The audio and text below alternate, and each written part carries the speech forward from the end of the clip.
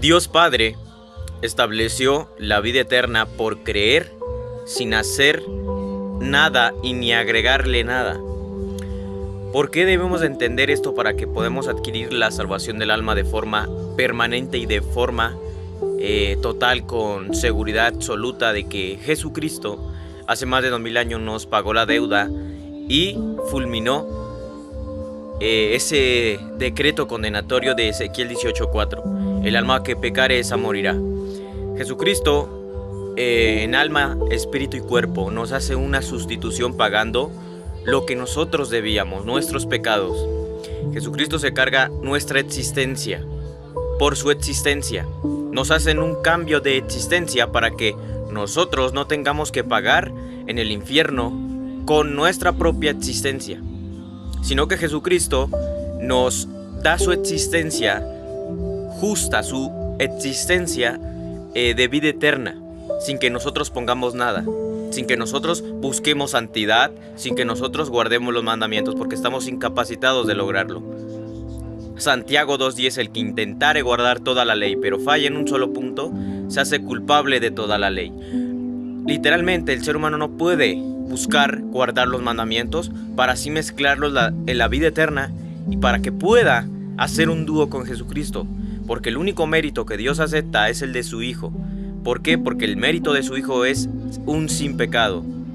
Dios Padre no tolera el pecado, por eso Dios, sabiendo que el ser humano tiene que ser justificado por un sin pecado, le hace pecado a Jesucristo para que el ser humano sea partícipe de ese sin pecado por medio de creer que Jesucristo ha pagado los pecados, sin hacer nosotros nada.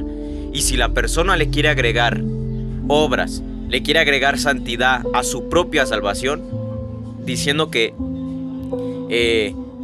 está manteniendo la salvación con su santidad mediocre, esa persona está rumbo al infierno. Mateo 10:28. Y si no sale de ese estado, va a ser lanzado próximamente al lago de fuego. Apocalipsis 20:15.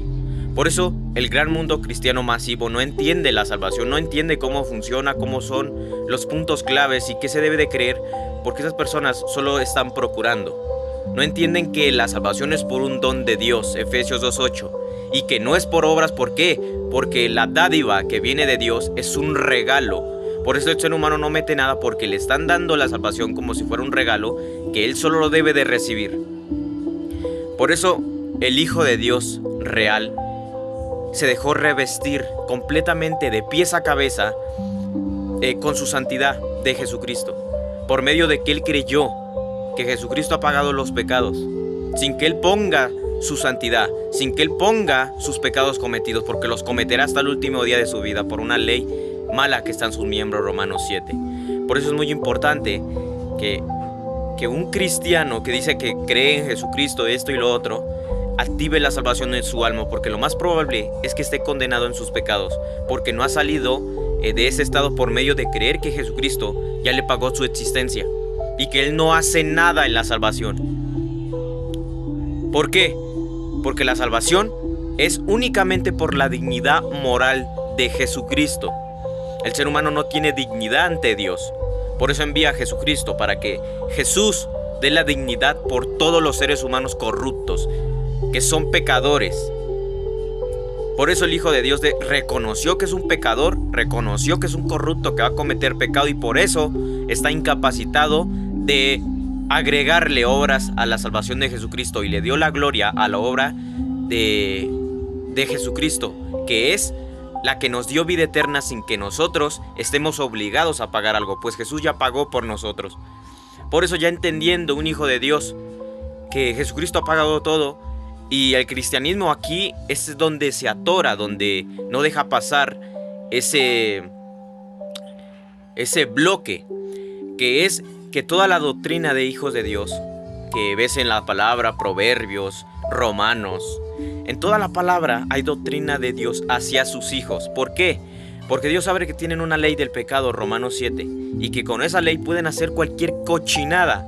Por eso Jesucristo, por eso Dios Padre les entrega un libro de consejos para que lleven la vida sobria, una vida natural totalmente buena, una vida que que los hijos de Dios no estén sometidos al pecado, que no estén sometidos a robos, esto y lo otro, porque lo podemos hacer fácilmente.